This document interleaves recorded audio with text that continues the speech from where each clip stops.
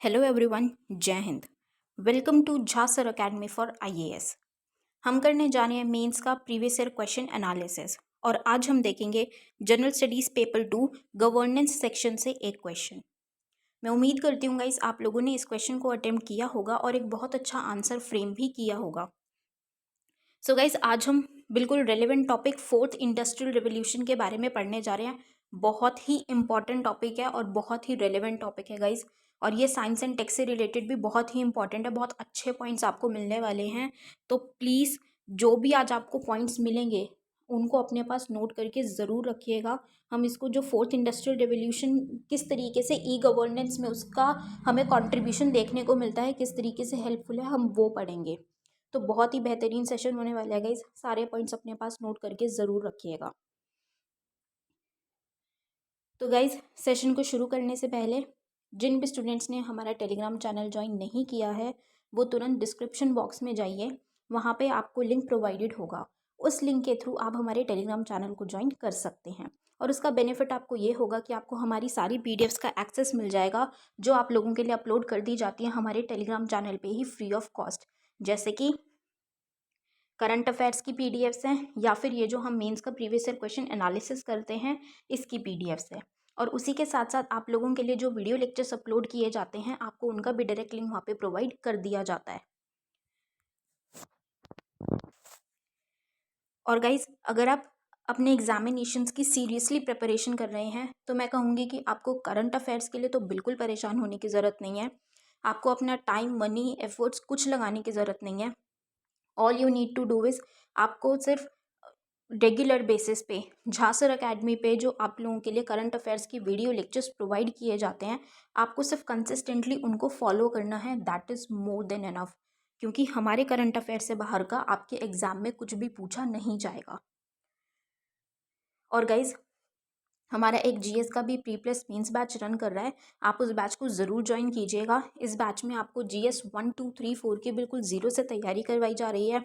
जहाँ सर आपको खुद मेंटोर कर रहे हैं इस बैच में, और अगर आप बैच की डिटेल्स को प्रॉपर तरीके से फॉलो करेंगे या झा सर के द्वारा दी गई गाइडलाइंस को फॉलो करेंगे तो आपका एग्ज़ाम निकलने से कोई नहीं रोक सकता गाइज, आपका सिलेक्शन पक्का है। तो ज़रूर ज़रूर ज्वाइन कीजिएगा इस बैच को। और गाइज हमारा एक मेंस का भी आंसर राइटिंग बैच रन कर रहा है, बहुत ही बेहतरीन बैच है गाइज, बहुत ही रेलिवेंट है। आप इस बैच को ज़रूर ज्वाइन कीजिएगा। इस बैच में आपको 500 प्लस क्वेश्चंस की प्रैक्टिस कराई जा रही है। हमारी एक्सपर्ट फैकल्टी हैं, वो आपके आंसर कॉपीज़ को चेक करते हैं, आपको मिस्टेक्स बताते हैं और इम्प्रूव करने में हेल्प करते हैं। और उसी के साथ साथ आपको हर एक क्वेश्चन के रिगार्डिंग एक सैम्पल आंसर भी दिया जाता है और एक वीडियो सोल्यूशन भी प्रोवाइड किया जाता है with proper understanding. So guys अगर आप सीरियसली सिविल सर्विसेज की प्रिपरेशन कर रहे हैं तो आप इन बैचेस को ज़रूर ज्वाइन कीजिएगा। ज्वाइन करने के लिए आप नीचे दिए गए नंबर 9713282838 पे व्हाट्सएप के थ्रू आप कोर्सेज की डिटेल्स ले सकते हैं और कोर्सेज को ज्वाइन कर सकते हैं।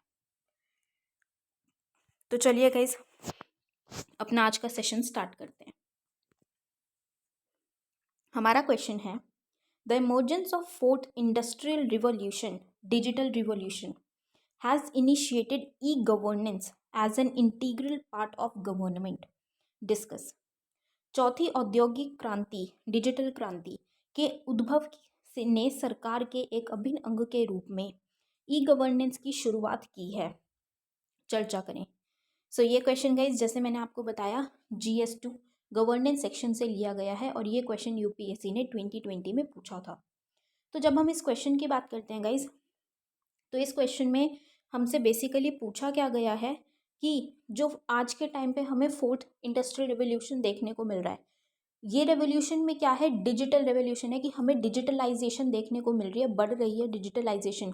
ऑब्वियसली हम जानते हैं और पैंडेमिक ने तो इसको और भी ज़्यादा बढ़ावा दे दिया है।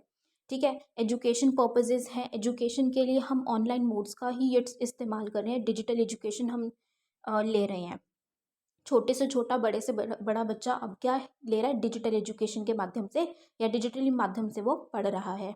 ठीक है, अगर हम हेल्थ की बात करें, ट्रीटमेंट की, तो हम डॉक्टर से ऑनलाइन भी कंसल्ट कर पा रहे हैं, वो भी डिजिटलाइज कर दिया गया है। तो ऐसी बहुत सारी चीज़ें हैं जो डिजिटलाइज हो गई हैं। तो एक डिजिटल का फेस हमें देखने को मिल रहा है, ऐसी क्रांति हमें देखने को मिल रही है।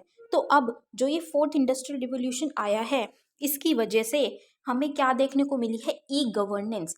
जो पहले क्या होती थी, हम शासन देखते थे कि सरकार में किस तरीके से हमें शासन देखने को मिल रहा है, कैसे वो काम कर रही है, अब वो भी हमें इलेक्ट्रॉनिक माध्यम से देखने को मिल रहा है, डिजिटलाइज उसको भी कर दिया गया है। तो ये सरकार का एक अभिन्न अंग, इंटीग्रल पार्ट बन चुका है ई गवर्नेंस, जो कौन लेके आया है, फोर्थ इंडस्ट्रियल रिवॉल्यूशन, राइट। सो इस पे हमें डिस्कस करना है, हमें अपने व्यू पॉइंट्स देने हैं हम इसके बारे में कि किस तरीके से ये डिजिटल रिवॉल्यूशन या fourth industrial revolution e governance को लेकर आया है, और कैसे ये एक इंटीग्रल पार्ट, और किस तरीके से इसने कंट्रीब्यूट किया है as an integral part of government, या ई गवर्नेंस को लाने में किस तरीके से फोर्थ इंडस्ट्रियल रिवॉल्यूशन ने काम किया है, राइट। तो चलिए गाइस अपना आंसर स्टार्ट करते हैं।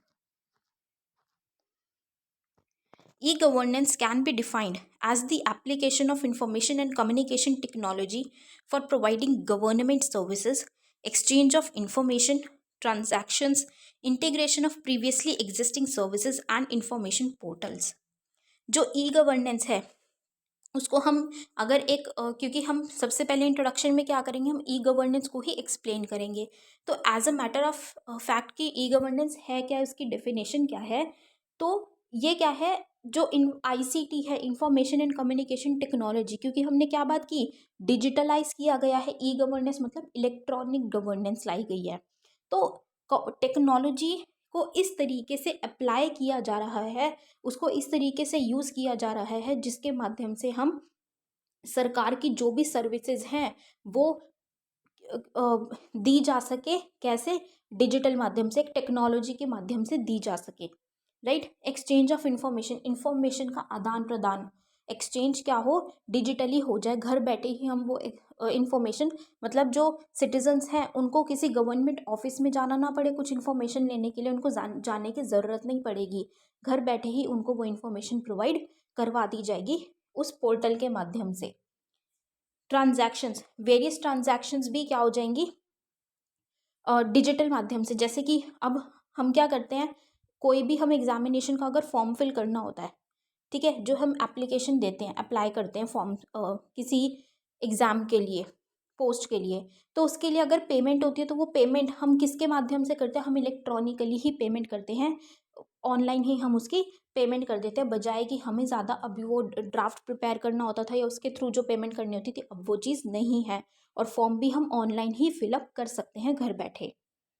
Integration of previously existing services and information portals, जो पहले जो सर्विसेज, जो पुरानी सर्विसेज थी या जो इन्फॉर्मेशन थी, वो भी इंटीग्रेट कर दिया, वो भी वहाँ पे अवेलेबल करवा दिया उन पोर्टल्स पे, ताकि सिटीजन्स को कोई भी प्रॉब्लम ना हो। और अब क्या होगा, इसके माध्यम से क्या चीज़ होगी कि जो हमें माल एडमिनिस्ट्रेशन देखने को मिल रहा था, कि शासन प्रॉपर तरीके से नहीं किया जा रहा था, करप्शन देखने को मिल रहा था, वो अब हमें देखने को नहीं मिलेगा।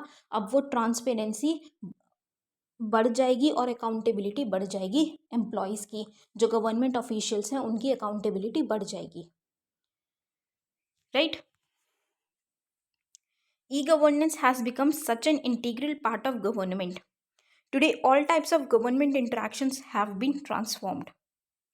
ई गवर्नेंस एक बहुत ही मुख्य और विभिन्न अंग बन गया है हमारी सरकार का, गवर्नमेंट का। अब जो भी गवर्नमेंट के ट्रांजैक्शंस या इंटरैक्शंस होते थे वो सारे बदल गए हैं, क्योंकि अब क्या हो गया है, पहले वो लाइन में लगना पड़ता था, या क्या चीज़ होती थी, एक वो नाम खराब है, मतलब खराब क्या, हर कोई क्या बोलता है कि अच्छा अगर सरकारी कोई काम कराना है तो वहाँ पे तो भाई पैसा खिलाना पड़ेगा तभी काम होगा, होती थी ये चीज़। लेकिन अब क्या होगा, अब वो काम करने की ज़रूरत नहीं है, क्योंकि अब वो डिजिटलाइज हो चुका है, तो अब वो हमें करप्शन देखने को नहीं मिलेगी, रिश्वतखोरी देखने को नहीं मिलेगी। अब वो काम घर बैठे, क्योंकि वो गवर्नमेंट की जो सर्विस है, जो हम सरकार के साथ इंटरैक्ट कर सकते हैं किसी भी चीज़ पे, अब वो बदल चुका है। अब हमें उनके ऑफिसेज में जाने की ज़रूरत नहीं है ज़्यादा, कि हमें वहाँ पे जाने की ज़रूरत पड़ेगी, या फिर हमें मिन्नतें करनी पड़ेगी उस ऑफिशियल से या उस एम्प्लॉय से हमारा काम करने के लिए, या हमें पैसे देने पड़ेंगे, रिश्वत देनी पड़ेगी हमारे काम के लिए, वो सब हमें करने की ज़रूरत नहीं है। तो क्या है कि करप्शन भी ख़त्म हो जाएगा, ट्रांसपेरेंसी, अकाउंटेबिलिटी उन एम्प्लॉयज़ की बढ़ जाएगी। Type of interactions in e governance are as follows. अब किस तरीके के इंटरैक्शंस हो गए हैं, जैसे हमने बात की कि अब सरकार के साथ जो भी हम बातचीत या इंटरैक्शन होता है हर किसी का, अब वो बदल गया है। तो अब वो किस तरीके के हमें इंटरैक्शंस देखने को मिल रहे हैं ई गवर्नेंस में, हम उनकी बात करेंगे।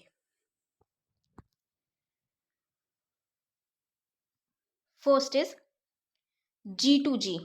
G2G मतलब गवर्नमेंट टू गवर्नमेंट, मतलब सरकार ही, जैसे मान लीजिए केंद्र सरकार राज्य सरकार से अगर इंटरैक्ट करेगी या कोई भी सर्विस प्रोवाइड करने के लिए है या कोई इंफॉर्मेशन प्रोवाइड करने के लिए है, ठीक है, तो उसके लिए गवर्नमेंट टू गवर्नमेंट इंटरैक्शन किस तरीके से हो गई है, या फिर जैसे सेंटर स्टेट की हम बात करें या फिर डिफरेंट स्टेट्स की अगर हम बात करें, राइट, तो वो बदल गई है, अब उसका हमें चेंज देखने को मिल रहा है, वो भी इलेक्ट्रॉनिक माध्यम से हमें अलग देखने को मिल रही है। कैसे? जैसे कि हम खजाने की बात करें, कर्नाटक की एक स्कीम है, क्या है, end to end transmission of government treasury system.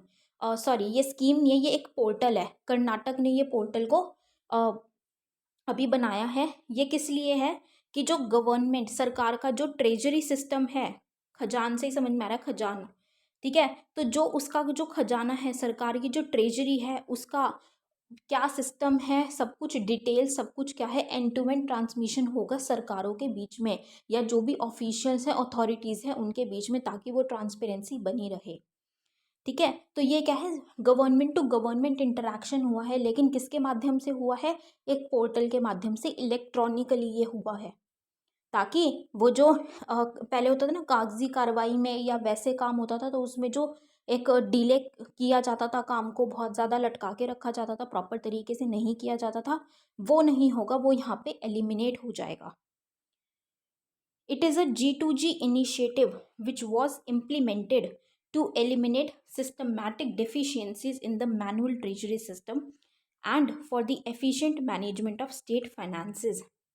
ये क्या है, ये गवर्नमेंट टू गवर्नमेंट इनिशिएटिव ही है, जो ये खजान की हम बात करें, कर्नाटक की ने जो लेकर आए हैं, ये किस लिए लाया गया है बेसिकली, जैसे हमने बात की कि सरकार के खजाने का सिस्टम है, खजाने की प्रणाली है, ये गवर्नमेंट ट्रेजरी सिस्टम, उससे रिलेटेड जो भी इंफॉर्मेशन, जो भी चीज़ें हैं इंपॉर्टेंट, उनका एंड टू एंड ट्रांसमिशन होगा, लेकिन इलेक्ट्रॉनिकली ही होगा, डिजिटल माध्यम से होगा।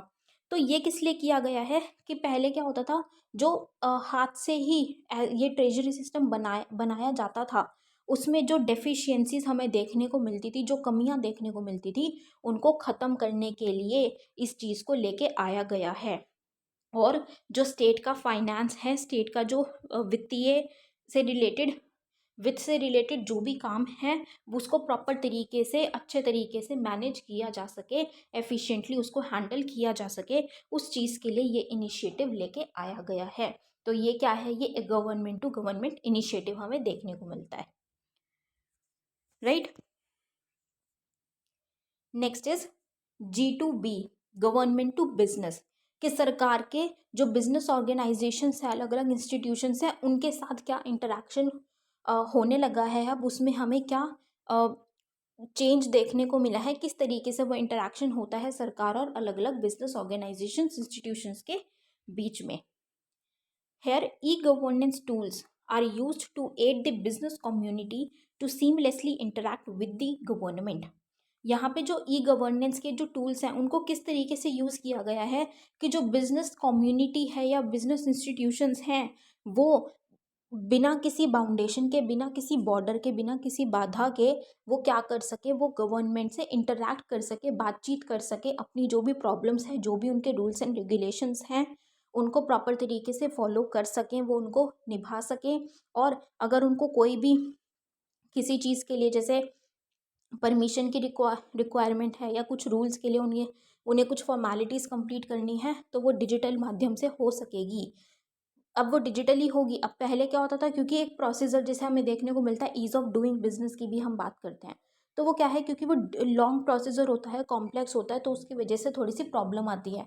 लेकिन अब वो डिजिटलाइज जब कर दिया जाएगा, तो हमें पता है कि एक प्रिस्क्राइब चीज़ है कि हमें ये करना है, वो डिजिटली हम उसको फॉर्म फिलअप करके हम वो कर सकते हैं, जल्दी कर पाएंगे, क्योंकि मैनुअली में क्या होता है कि उस एम्प्लॉय के ऊपर डिपेंड करता है कि वो हमारे पेपर्स को प्रॉपर तरीके से टाइमली पास कर रहा है कि नहीं कर रहा, दूसरी अथॉरिटी के पास टाइमली भेज रहा है कि नहीं भेज रहा। वहाँ पे हमें वो लेजीनेस दिखती थी, उसकी वजह से वो बिजनेसमैन सफ़र करता था। लेकिन अब वो चीज़ें नहीं होंगी, वो प्रॉपर तरीके से बिना किसी बाउंडेशन के सरकार से इंटरैक्ट कर पाएंगे। जैसे कि फॉर एग्जांपल गवर्नमेंट प्रोक्योरमेंट, अगर सरकार से कुछ चीज़ें लेनी है तो कुछ खरीदना है तो डायरेक्टली उनसे परचेज कर सकते हैं, कोई मतलब मिडिल उसमें नहीं होगा। ई लर्निंग, इलेक्ट्रॉनिक लर्निंग हो सकती है। और इलेक्ट्रॉनिक ऑक्शंस की, जो इलेक्ट्रॉनिक की ऐसी चीज़ें होती हैं उनकी जो नीलामी होती है, ऑक्शंस होते हैं, उससे रिलेटेड जो भी चीज़ें होती हैं उसमें वो उनको फॉर्मेलिटीज़ में घुसने की या जो मैनुअल उसमें घुसने की ज़रूरत नहीं है, वो डायरेक्टली सरकार से डील कर सकते हैं, उनके साथ इंटरेक्ट कर सकते हैं। तो ये क्या है, G2B, government to business interaction. Next is G2C, government to citizens, मतलब कि सरकार का और सिटीजन्स का, जो लोग हैं उनका interaction. An interface is created between the government and citizens where citizens benefit from the efficient delivery of a range of public services.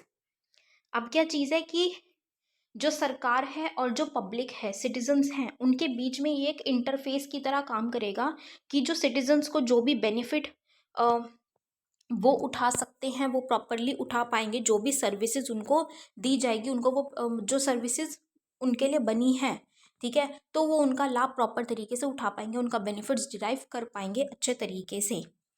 तो उसके लिए क्या है, उनका ये इंटरेक्शन हमें देखने को मिल रहा है G2C इनिशिएटिव के तहत। जैसे कि अब हमने बात की कि कोई भी चीज़ है, अगर हमें कोई काम कराना है या मान लीजिए हमें किसी पॉलिसी के लिए, कुछ पॉलिसी हम उसके लिए एलिजिबल हैं, अगर हम उसकी एलिजिबिलिटी दिखाते हुए हम उसका बेनिफिट लेने के लिए जाते हैं, तो क्या चीज़ होती थी कि पेपर्स रख दिए या ढंग से जल्दी से काम नहीं हो पा रहा है, तो वो सब चीज़ें हमें ज़्यादा देखने को मिलती थी, दिक्कतें देखने को मिलती थी। तो उसमें क्या चीज़ होती थी कि या तो अगर एक गरीब आदमी है तो वो क्या करेगा, क्योंकि उसके पास देने के लिए पैसे तो है नहीं, वो क्या करेगा, वो हाथ जोड़ के सिर्फ मिन्नतें करता रहेगा कि प्लीज़ मेरा काम कर दीजिए, कर दीजिए, कर दीजिए, कर दीजिए। लेकिन वो एम्प्लॉयज़, जो एक रेपुटेशन ख़राब हो रखी है, वो क्या होता था, वो टाइमली या जल्दी से प्रॉपर तरीके से काम नहीं होता था, वो फाइल पड़ी ही रहती थी। और जो पर्सन रिच है, जिनके पास वो रिसोर्सेज हैं, फाइनेंशियल रिसोर्सेज, वो पैसा दे के काम करा लेते थे। तो वो प्रॉब्लम हमें देखने को मिल रही थी। तो अब इस इनिशिएटिव के माध्यम से क्या चीज़ हुई है कि सिटीजन्स डायरेक्टली इंटरैक्ट कर सकते हैं और वो इन पॉलिसीज़ का बेनिफिट उठा सकते हैं, उन सर्विसेज का बेनिफिट डिराइव कर सकते हैं। जैसे कि हम बात करें, ई सेवा पोर्टल बनाया गया है, भूमिका है, और एम गवर्नमेंट, मोबाइल गवर्नमेंट, तो उससे वो सर्विसेज ले सकते हैं सिटीजन्स डायरेक्टली, उनको किसी के भी ऊपर डिपेंड होने की ज़रूरत नहीं है। नेक्स्ट इज G2E, मतलब कि गवर्नमेंट टू एम्प्लॉयज़, की सरकार और जो उनके एम्प्लॉयज़ हैं वो कनेक्टेड होंगे, वो इंटरेक्ट कर पाएंगे प्रॉपरली बिना किसी बाउंड्रीज के। To streamline the interaction between the government and its employees to ensure the satisfaction of the employees। अब ये इंटरेक्शन किस लिए लाया गया है कि अच्छे तरीके से बिना किसी बाउंडेशन, बिना किसी बाउंड्री के या बिना किसी अथॉरिटी के डायरेक्टली क्या कर सकती है, एम्प्लॉयज़ गवर्नमेंट से इंटरेक्ट कर सकती हैं। उससे उससे क्या होगा कि एम्प्लॉयज़ के अंदर सेटिस्फैक्शन बढ़ जाएगी और बनी रहेगी, हम सेटिस्फैक्शन को कायम रख सकते हैं कि वो वहाँ पे संतुष्ट हो। और एक संतुष्ट एम्प्लॉय जो होता है, एक संतुष्ट सेटिस्फाइड पर्सन जो है, सेटिस्फाइड एम्प्लॉय क्या करेगा, वो बेटर तरीके से अपना काम करेगा, डेडिकेटेडली मोटिवेट होके काम करेगा, प्रॉपर तरीके से काम करेगा। एंड दैट इज़ व्हाट हर एक ऑर्गेनाइजेशन का गोल होता है। हर एक ऑर्गेनाइजेशन डिज़ायर करते हैं कि एम्प्लॉयज़ प्रॉपर तरीके से अपना फुल पोटेंशियल दे के काम करें। तो अगर वो सेटिस्फाइड रहेंगे तो वो अच्छे से काम करेंगे, उसका बेनिफिट सभी को मिलेगा। तो उस चीज़ के लिए भी वहाँ पे भी इसने अच्छा काम किया है, किस इनिशिएटिव ने, G2E इनिशिएटिव से, राइट। तो ये क्या थे गाइज, ये वेरियस इनिशिएटिव्स थे जो ई गवर्नेंस के तहत हमें देखने को मिले हैं। अलग अलग ई गवर्नेंस के इनिशिएटिव्स थे, इंटरैक्शंस थे जो हमने देखे हैं कि सरकार ने हर किसी के साथ इंटरैक्शन अपना चेंज किया है ताकि वो प्रॉब्लम्स एलिमिनेट हो जाएं जो हमें देखने को मिलती थी, जिसकी वजह से काम प्रॉपर तरीके से नहीं होता था या निराशाजनक हमें देखने को मिलता था हर किसी की साइड से। So on the concluding note, the above example shows how the e-governance and online technology has become the integral part of the government functioning in India। तो अब इन सभी एग्जाम्पल्स के तहत हम ये चीज़ देख सकते हैं और प्रॉपरली कह सकते हैं कि हाँ, ई गवर्नेंस ने और ये जो ऑनलाइन टेक्नोलॉजी डिजिटलाइजेशन जो हमें आज के टाइम पे देखने को मिला है, ये सरकार का की एक्टिविटीज़ के लिए, सरकार के काम में, फंक्शनिंग में एक इंटीग्रल पार्ट, एक उसका अहम भाग बन चुका है, विभिन्न भाग उसका अंदरूनी भाग बन चुका है, right. So this was all for this question guys. I hope you all have like this analysis. अपना फीडबैक गाइज हमारे साथ कमेंट सेक्शन में ज़रूर शेयर कीजिएगा। So with this we end this session today here guys. Thank you so much, have a great day ahead. जय हिंद।